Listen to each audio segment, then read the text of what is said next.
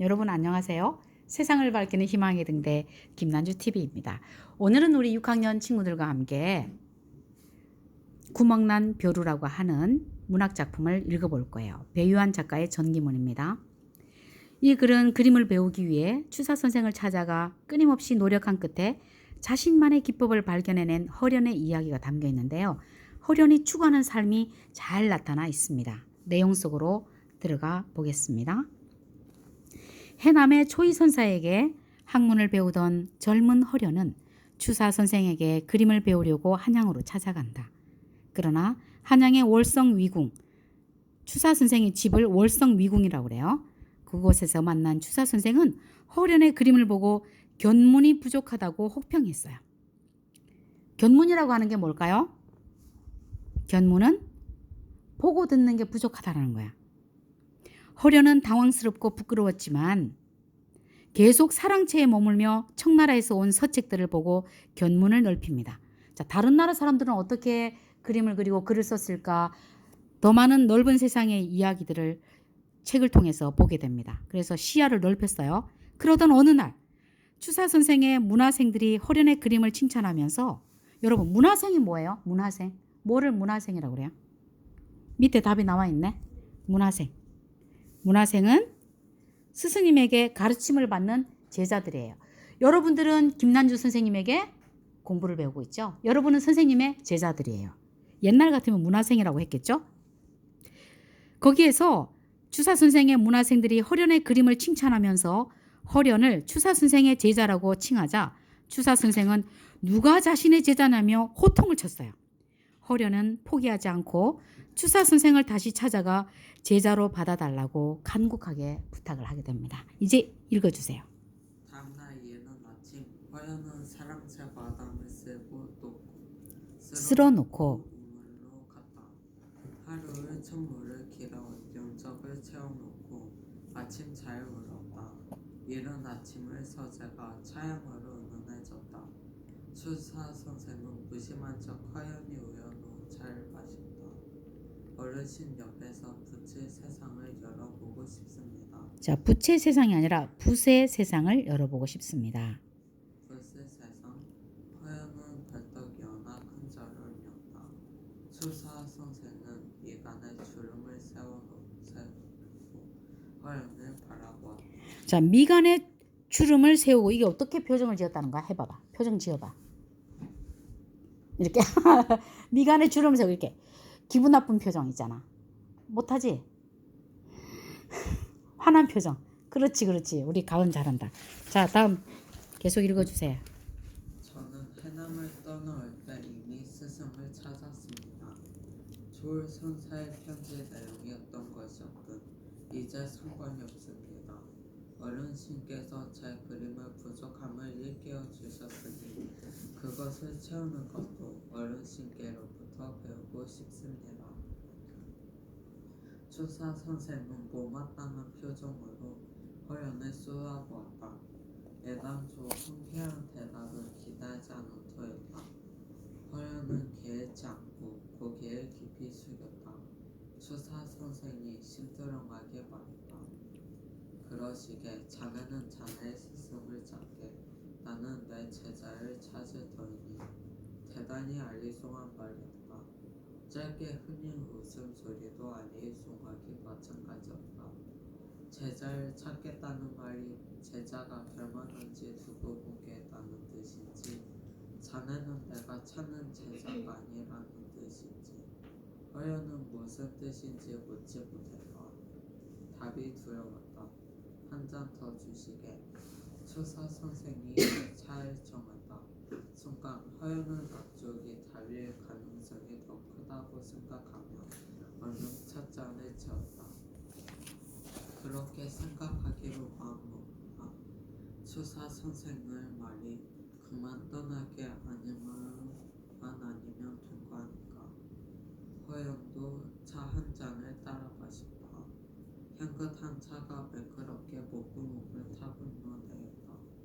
꼭 어르신의 제자가 될 것입니다. 네, 여기서 어려운 낱말 있나요? 개의치 않고라는 게 무슨 뜻일까요? 개의치 않고. 네, 읽어주세요. 어떤 일 따위를 마음에 두고 생각하거나 신경을 쓰지 않고 네, 추사 선생의 말에 거의 뭐 신경 쓰지 않고, 그 다음 심드렁하게, 그건 뭐예요? 마음에 생각하지 아니하여서 관심이 거의 없게 옳지. 자, 추사 선생이 심드렁하게 말했다. 지금 허련이 자기 제자가 되겠다고 찾아왔지만 추사 선생은 기뻐하지 않았어요. 왜 그랬을까? 왜 그랬을 것 같아요? 오늘 태희가 우리 학원에 왔잖아. 그러면 난 태희를 되게 반갑게 맞이했거든요. 그런데 태희가 딱 왔는데, 태희야, 내가 되게 여기 뭐 하러 왔나? 나의 제자가 될지 안 될지는 두고 보면 알 테지만 별로 뭐 신경 쓰지 않고 되게 못마땅하게 미간을 찌푸리면서 인상을 쓰면서 태희를 바라본다면 태희는 어떤 마음이 들 것 같아? 태희는 김난주 선생님께 배우겠다고 왔는데 내가 그렇게 표정을 짓고 추사 선생님처럼 그렇게 하면 어떨 것 같아 너는? 여기만 학원인가? 난 다른 데 가야지? 이럴 수도 있겠지. 너는 어떤 마음이 들 것 같아? 얘기해봐. 내가 막 인상 쓰면서 응? 나의 제자가 될지 안 될지는 두고 보면 알 것 아닌가? 그러면서 막 인상 쓰면서 탐탁지 않게 여기면 넌 기분이 어떨 것 같아? 상해 기분이 상하고 잘못 왔나? 속상해요. 속상하고 마음이 상하겠죠? 자, 2번 가은 읽어주세요. 하려는 월성이고 일동할 생각은 완전히 접고 아예 취사 선생이 자잘한 시중을 맡아 했다. 새벽에 일어나 마당을 쓸고 서재를 활짝 열어 신선한 공기를 넣었다. 그러면 허련의 새 하루도 시작되었다. 사랑채를 청소하고 취사 선생이 붓을 씻어 말리고 먹을 갈았다. 얼마 안 가서 하인이 아예 허련에게 일을 미루어 버렸다. 취사 선생도 언제부턴가 허련이 월성일궁을 머무는 걸 당연하게 여겼다. 태희 읽어줘요. 추사 선생의 독서량과 연습량은 실로 엄청났다. 부지런하고 열정적인 것으로는 누구에게 뒤져본 적이 없던 허련이지만 잠깐의 시간도 허투루 쓰지 않는 추사 선생의 근면함에는 혀를 내둘렀다. 자, 여기서 근면하다는 건 뭐라고 그랬죠 아까? 근면 부지런하다고 그랬죠. 추사 선생님의 부지런함은 누구도 따라갈 수가 없었대요. 자, 또 추사 선생은 책 하나, 글자 하나를 수십 번, 수백 번 연습하는 연습벌레였다. 누구나 알아주는 대가가 되고선도 끊임없이 문 연필들을 수채를 감상하고 연구하며 자기만의 수채를 만들어 나간다. 스승의 문 안에는 배울 게 많았다. 허련은 우러르는 마음이 절로 생겼다. 자, 우러르는 마음은 어떤 마음이냐면 존경하는 마음. 존경하는 마음이 생겼대요. 허련은 추사 선생님의 무엇을 존경했을까요? 위에 다 나와 있지? 어떤 거? 첫째는 부지런함. 또 근면함에 부지런함에 또 어떤 거? 매일같이 열심히 응? 좋은 글을 보고 꾸준히 노력하는 연습벌레였다는 거야. 계속 읽어줘요. 추사 선생은 무심한 듯이 책이나 후첩을 허련에게 건네주기로 했다. 허련은 그것을 황송하게 받아 꼼꼼히 읽고 살폈다. 그러면 그것이 그때 자신에게 꼭 필요한 것임을 알 수 있었다. 그러나 그뿐 추사 선생은 누구에게도 허련을 제자라고 소개하지는 않았다.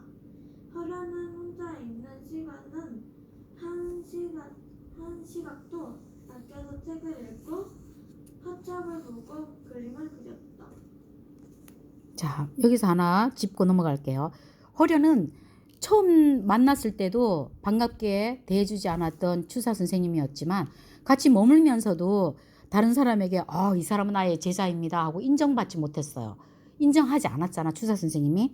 그럼에도 불구하고 어떻게 그냥 늘 한결같이 이렇게 추사 선생님을 도와서 불편함이 없게 대하고 또 혼자 있는 시간에는 책도 읽고 화첩을 보고 그림을 그리고 이렇게 자기 스스로의 노력을 아끼지 않았을까? 도대체 허련은 어떤 마음으로? 음,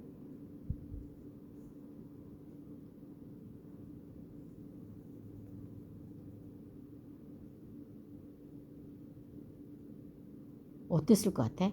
아니 스승이 자기를 인정해 주지도 않아.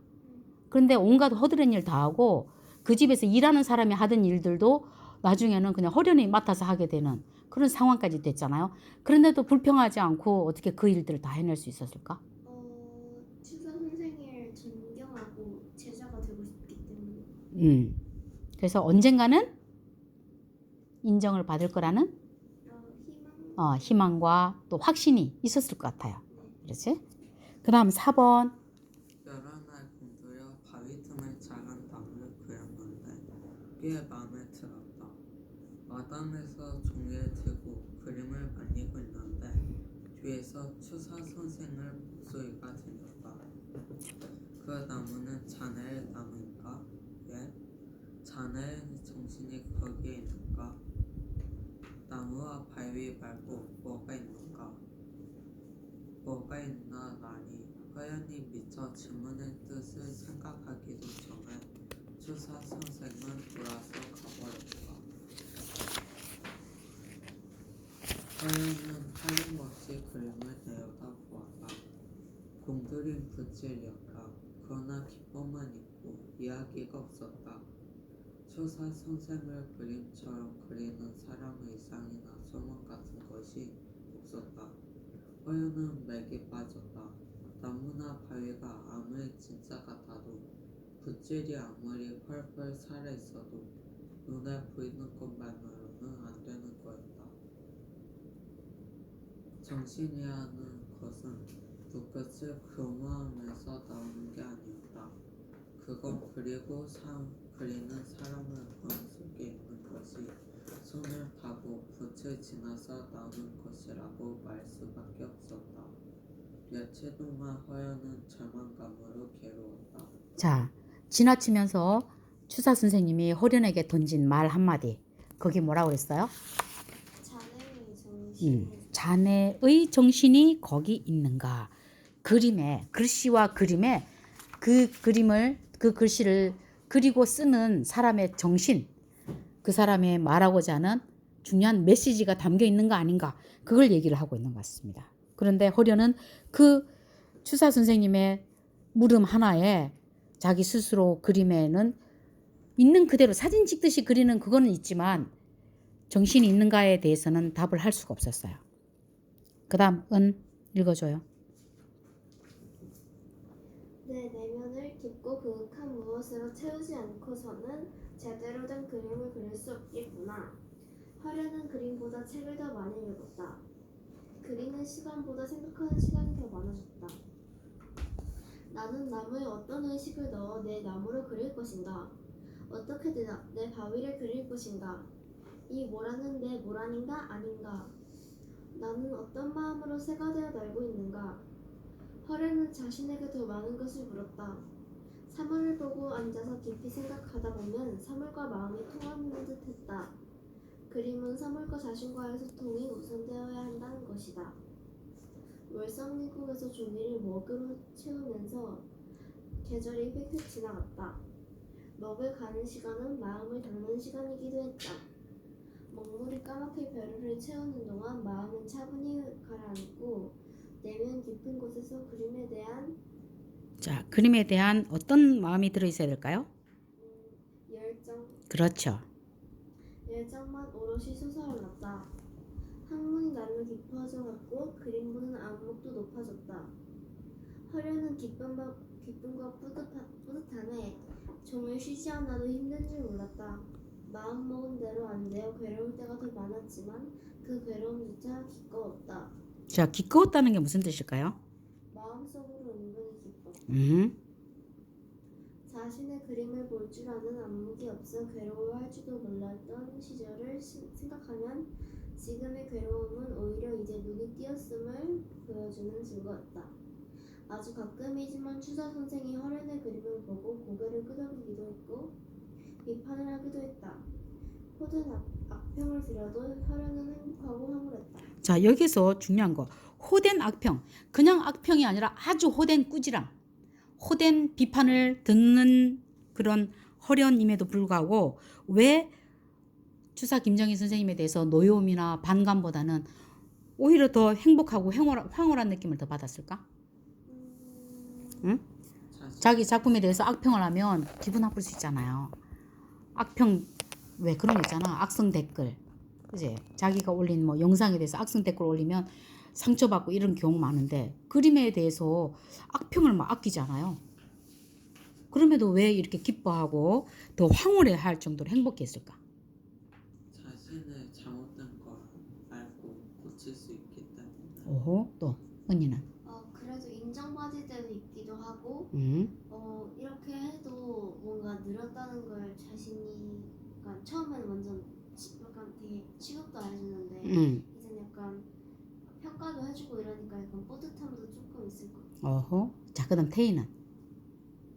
기분 나쁠 수 있잖아. 그런데도 추사 선생님이 허련히 그린 그림에 대해서 막 뭐라고 안 좋은 얘기를 막 하세요. 그런데도 막 더 행복하고 더 기쁜 거야, 마음속으로. 왜 그랬을까요? 왜 그랬을까?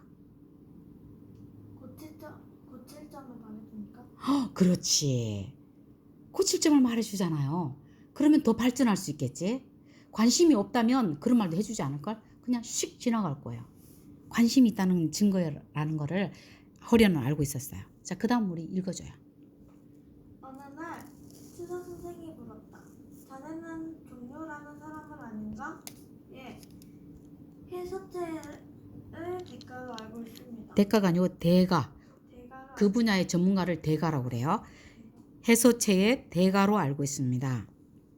그는 잠을 잘 때도 이불에다 손가락으로 글씨를 써 대서 이불이 너덜너덜해졌다고 하고. 좀 약간 거짓말 같다, 그지?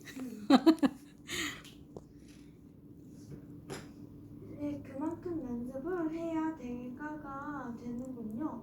뭐든 미친 듯이 하지 않고서는 큰 성취를 얻을 수 없네. 허련은 깊이 알아듣고 고개를 숙였다. 붓을 1000개쯤은 뭉툭하게 만들어봐야 그림의 뭔가를 알게 될 것을. 추사 선생이 흘리듯 말하고는 돌아서 갔다. 허련은 몽땅 붓을 들고 물끄러미 보았다. 이제 겨우 한 걸음을 더 뗀 것 같았다. 1000개 넘은 붓이 닿으면 허련은 붓이 다르면 허련은 습을 또 썼다. 그리고 또 그렸다. 네, 붓이 뭉툭해질 때까지 다를 때까지 썼다는 거예요. 그다음 추사 선생이 흰장을 구했다. 멀리의 문경에서 비석 하나가 발견되었다는 소식을 듣고서였다. 벌써 여러 번째였다. 추사 선생은 종이와 먹을 들고 방 안에 앉아서 쓰기만 하는 삶이 아니었다. 깨진 비석 한 조각이 발견되었다는 말을 들으면 그냥 넘어가지 않았다. 멀다 말고 찾아가 거기에 쓰인 글씨를 탁본해봤다. 그러고는 옛 친척이 아니라 옛 책들을 책들을 뒤지며 그 서체를 연구했다. 젊은 나이도 부친의 부인지에 다니러 가서는 그 지방을 산을 헤매며 비석들을 탐색했다고 들었다. 기석에는 수백 년 전의 다양한 서체가 쓰여있기 때문이었다. 서둘러 떠나는 추사 선생의 발걸음이 청년의 걸음보다 힘차고 가벼웠다. 기대감을 환하게 빛나는 얼굴 표정 또한 청년 이상이었다. 이번에 또 어떤 걸 찾아오실까? 돌아오면 아마 또 며칠간 서재에 틀어박혀 나오지 않을 게 분명했다. 허연은 추사 선생이 없는 동안 서재에서 추사 선생의 글씨와 그림들을 다시 살폈다. 전에는 안 보이던 게 보였다. 추사 선생은 풍경을 그려도 단순히 실제 모습을 그리는 게 아니었다. 마음속에 꿈꾸는 이상과 의지, 세상에 대한 생각들을 그림에 담아냈다. 성근 나무숲 아래 뒷풀로 지붕을 엮은 고적한 청자와 조용히 흐르는 강물을 그리고 그 뒤로 먼 산을 은은하게 그리며 놀랍게도 그 속에서 세상을 떠나 자연 속에 묻혀 살고자 하는 선비의 소망이 입혔다. 낮은 언덕의 몇 그루의 구멍과 그 옆에 허무어지듯 서있는 작은 집을 보고 있으면 세속이 한없이 작아지고 모두의 섭리가 온 세상에 내려앉은 듯 했다.